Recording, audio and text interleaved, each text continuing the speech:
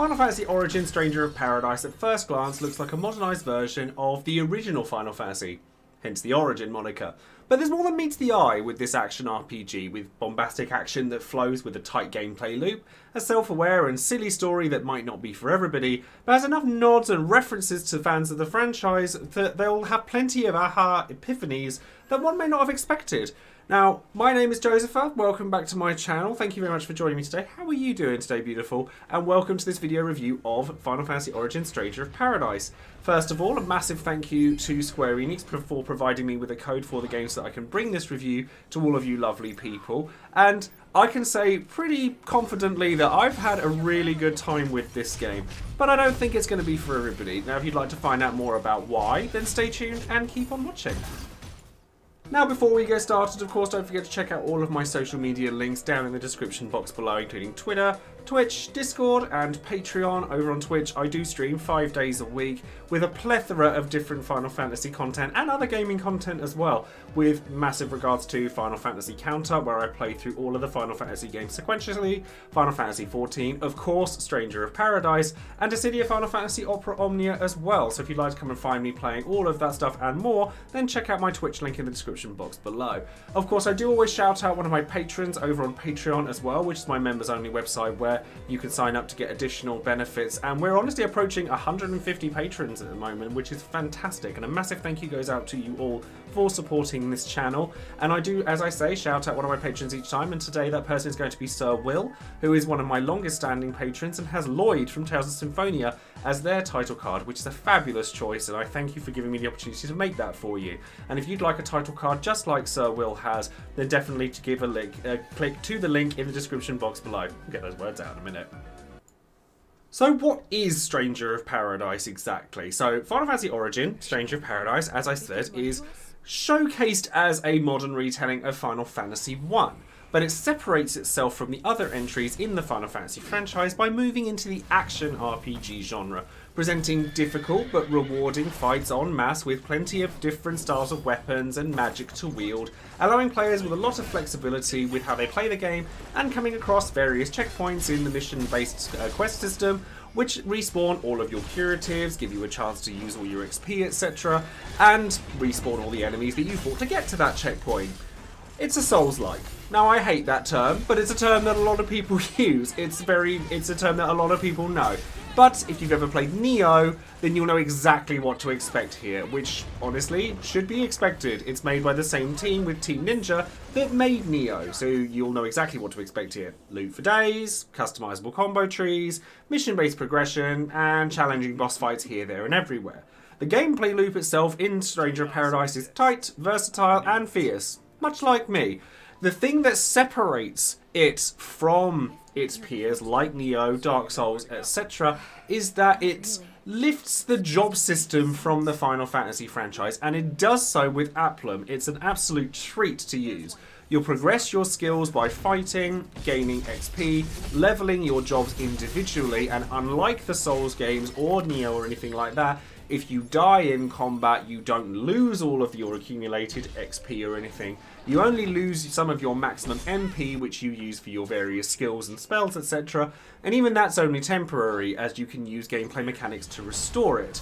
And you can mix and match all of these various different jobs, ranging from all the old favourites, so things like Warrior, Knight, Mage, Monk, Thief, all sorts of other things, and mix and match them to then unlock more advanced jobs, which ends up becoming a pretty large number of different skills, spells, and weapons and things that you can use and customize to your needs. Now, I'll give a particular recommendation here that I found very useful while playing, which was White Mage. Now, White Mage I found extremely potent. It gave you access to Haste, which is a spell that increases your speed, your attack speed, and all of that good stuff, and the obvious cures, etc., but also giving you a ranged attack in Dia. And the magic is actually very fun to use as well in this game. You hold the R2 button, I'm playing this on a PS5, so R2 button here, to charge up the spells, and the longer that you're able to stand in one place and charge your spell, you'll upgrade it. So you'll go from Fire to Fyra to Firaga, Cure to Cura to Curaga, etc. If you've played a Final Fantasy game, you'll know what the score is there, and it actually translates very well here in an action RPG format. And all of the combat is actually very satisfying to play with. All the different moves that you use are really tight and snappy, and experimenting with the different weapon types is really fun. So much so that I actually very rarely stuck with the same job for longer than like this just one mission, because I just wanted to play around until I eventually settled in. The bosses, which are a big part of any action RPG, are also a major highlight here, which should be expected. We've played Neo, we've played Souls games, we've played games similar to this. Bosses need to be good, and I'm very pleased to say that they're just the right amount of challenging. They've got varying movesets that did take a little while for me to adjust to in terms of challenge, but they were just the right amount of challenge without being completely obnoxious, which is certainly something that Neo was occasionally guilty of. Now, the graphics and visuals in Stranger of Paradise have been in a lot of contention. I've seen a lot of people saying that the game is ugly, that it looks like it came from the PS3 era, all things like that. Now, I don't know what PS3 games that you've been playing, but while I don't think Stranger of Paradise is up there with your Elden Rings and your Returnals and your PS5 exclusives, it certainly does the job on the PS5 okay, and we do know that the internet likes to be fairly hyperbolic with these things. It's not award-winning visuals, but it's okay. Now, I haven't played the PS4 version personally, so I can't comment on that, but I have heard that it doesn't run nearly as nicely on the PS4, which is disappointing to hear. But one thing I will say is that the Vaseline filter that you can see on the game, which does make it look murky, and I'll admit even I was kind of going, oof, no, I don't know about that, is extremely vexing, but it can be fixed. If you go into the settings, you go to the display settings, and you find the true chaos of this game, which is the motion blur, and turn that crap off, you will instantly notice an improvement. I don't know where some of these games get the idea that we want this motion blur, but it's definitely better without it. With it, it's like watching season 1 of RuPaul's Drag Race all over again, and it's just not cute. The music, well, it's a Final Fantasy game. When have we ever been done wrong when it came to music in a Final Fantasy game? I'm not actually going to speak very much on the music in Stranger of Paradise though, and if anyone who's watching this review has actually played the game, you'll probably know why. But if you are a fan of the Final Fantasy franchise, I would definitely listen very carefully as you're playing through the game, because you're in for a treat. Something else that's come under a lot of scrutiny with this game is the character design. Particularly aimed at the protagonist Jack, looking like he just walked out of the local H&M. And his allies are a little uninspired, to say the least, except for you, Ash. You good. How you doing? Ash is fine. But the design does change all the time with the characters due to the way the loot system works, because you're going to be updating it very regularly. So if you don't like the way that the characters have looked in the trailers, don't worry too much, because you ain't going to be looking like that for long. But the double-edged sword of that is that you do like a particular look, I wouldn't get too attached to it, because you're probably not going to be looking like that for very long. Now, I played the game on its hardest difficulty off the bat, because not only am I quite experienced with a lot of games of this ilk, I've played all the Souls games, I've played the Neo games, I platinumed Elden Ring recently in fact, but it also does mean that the loot scales better, so I kind of just thought it would be a beneficial move for me to make, and it was certainly very challenging. When I first played the very first demo that came out of with this last year, it was a similar kind of challenge to what we saw there, and it you know, the regular enemies do present a threat to you, and the bosses definitely had to go through them a few times before I got comfortable with them.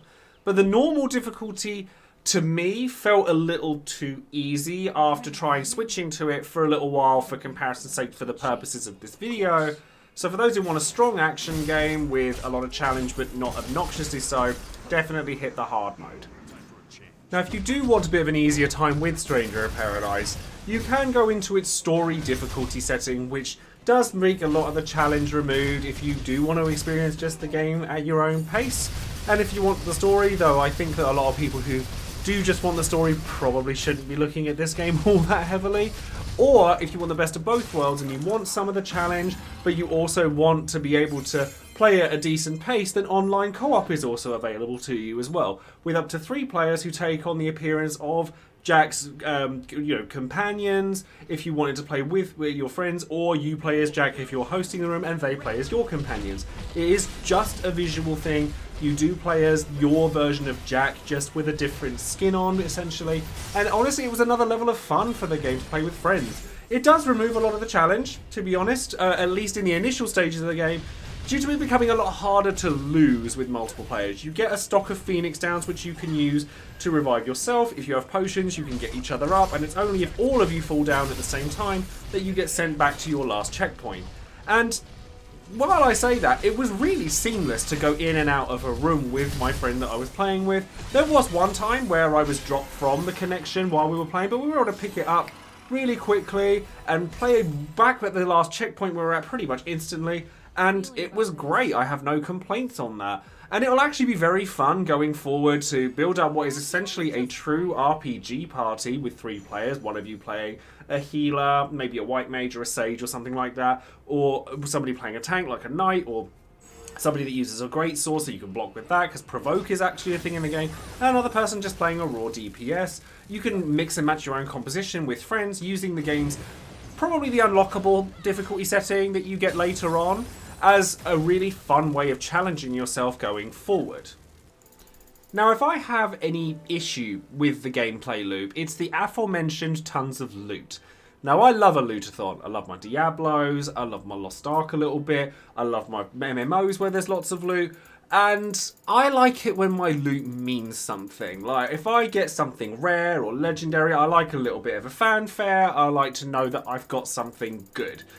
Now, if you did get something good or rare within Stranger of Paradise, you'd probably never really know about it, because you just go through so much stuff between every game session that not only are you filling up your inventory space all the time and having to go and dismantle or even discard, which is never ideal, but if you're in the middle of a mission and you want to pick up more stuff, you kind of have to. Tons of stuff just so that you can pick up more. And you can comb through everything that you pick up at the end of a mission if you want to, because there are things like job affinity, so make your certain job stronger if you're equipped with those weapons. There are certain skills and additional effects that come with certain weapons. You can comb through and find, pick and cherry pick everything you need to from that. But honestly, every 5 or 10 minutes, you're just going to be hitting the optimize equipment button, like, to make things easier and make the gameplay flow that much quicker. Because in the 25 hours that I've been playing this game, probably even a little bit more than that, I've yet to find a piece of gear that I've held on to for longer than 10 minutes. And I did also notice that while I love the bosses in this game and I like the throwbacks to FF1, all that good stuff, they're unique and they're very fun to fight and decently challenging as well, I did come across a lot of the same regular Mook enemies as I was playing through the game, and it had that typical trope of, here's a new enemy, except it's this old enemy, but with a new colour scheme, and I never really liked that, so a bit more variety in the enemy design would have been nice. So let's finally talk about the story of Final Fantasy Origin Stranger of Paradise. This is where I feel the Marmite part of this game is going to be for a lot of people. You're either going to love it, or you're going to hate it. This is not your typical Final Fantasy game full of twists and turns, emotional character development, moving dialogue, levity in all the right places. If you're wanting that from this game because you expect it from the Final Fantasy name, I would suggest turning away now. This game is irreverent, it's silly, it's fan-servicey, it's over the top, and it absolutely does not take itself seriously in any way.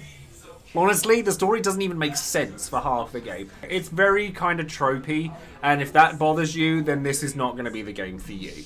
But it does have a lot of fan service in all the right places, and while it masks itself as a retelling of Final Fantasy 1, as I said at the start, doesn't take long for you to realise that that's not entirely what we're all about here. Now, I've seen a lot of posts on Reddit and Twitter, etc., comments that compare this game to Metal Gear Rising: Revengeance. And in terms of the game that kind of makes a mockery of itself, it giving mentions to chaos every 5 seconds, and Jack just being really angry at everything for no reason. I can see the comparison for it being silly and crazy. And while it's not Oscar-winning dialogue presented here, what it is a lot of crazy, silly fun. But of course, that's not going to appeal to everybody, much less a lot of people that come to Final Fantasy. So it's going to be very divisive amongst fans of the franchise. I will say though, that initial trailer that everyone was poking fun at when it dropped last year turned out to be pretty fantastic marketing, because if it weren't for the outpouring of chaos, memes, and I've come to kill chaos and all of that followed that trailer, I'm not sure this game would have been as well known as it is now. So let's talk ultimately. Did I enjoy Final Fantasy Stranger of Paradise? Am I enjoying my time with it? Will I continue to enjoy it? Do I recommend it to newcomers? Do I recommend it to Final Fantasy fans? Now, if you told me a year ago that we'd be playing a Souls-esque, yes, I don't like that term, but it is the most apt term for it here, retelling of Final Fantasy 1. Now, I'm a massive Final Fantasy 1 fan. People who follow my channel know that very well. The stars a guy that had just stopped by at Primark and presents a potential drinking game for the number of times he says the word chaos. I'd have laughed at you. But here we are, and honestly, it's a riotous good time. Now, the game is challenging, it's snappy, it does exactly what it sets out to do, the gameplay loop is tight and it's fun and it's enjoyable. The story is silly, it's over the top, it has a lot of the old wink wink nudge nudge, particularly to fans of the franchise. So, would I recommend it to Final Fantasy fans? Yes, mostly. It depends on how much you care about the game versus how much you care about the story. Would I recommend it to people who've never played a Final Fantasy game before?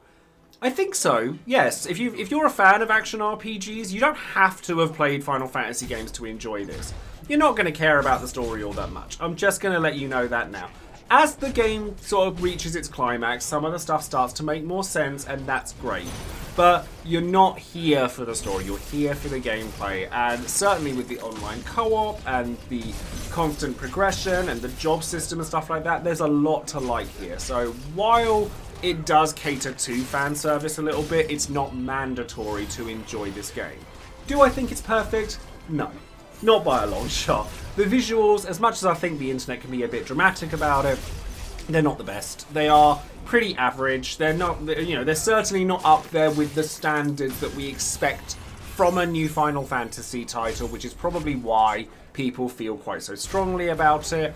The inventory management is an absolute chore. There's a little bit of a lacking in the enemy design. And while I enjoy the silliness of the story, I'm sure there's a lot of people, particularly Final Fantasy fans, who are holding their heads in their hands over it. So it's not Oscar winning. But what Stranger of Paradise is a hell of a lot of fun. And really, sometimes, even if it is from a storied franchise like Final Fantasy, that's all I really want from a game sometimes. So that's going to be all for today's video review on Stranger of Paradise Final Fantasy Origin. Did you enjoy the game? Have you been looking at the game and been not sure? Has this video influenced you on whether you might want to pick up the game or not? Let me know in the comments below. Is chaos going to reign, or are we going to be leaving chaos in the corner listening to Limp Bizkit and Frank Sinatra crying in a corner? Let me know in the comments below. Thank you all very much for watching. As always, don't forget to like the video, subscribe to the channel and click that bell for notification of any future videos I might be making. And I shall see you in the next one. Thank you ever so much again. I'll see you soon. Take care, everyone. Bye-bye.